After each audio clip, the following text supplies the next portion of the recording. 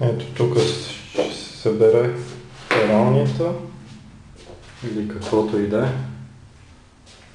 Тук е прозореца. Съмнявам се, че ще има място за маркуч от там до там, докато може би трябва да се види. Ето тук в тоалетната, тук има изход и някои от тези стени тук някъде да се продупчи дупка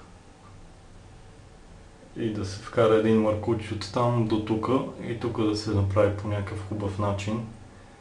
Хем да влиза, да има отдушник, хем от сушилнията да влиза маркуч. Това е тази част към офис. Офиса сега съм го преместил. Ето тук. За да надзиравам из целия апартамент какво става. Но ето така.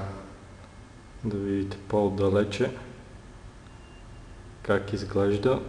Прозорците къде стигат до тавана. И къде какви колони има евентуално по-нататъка за air condition.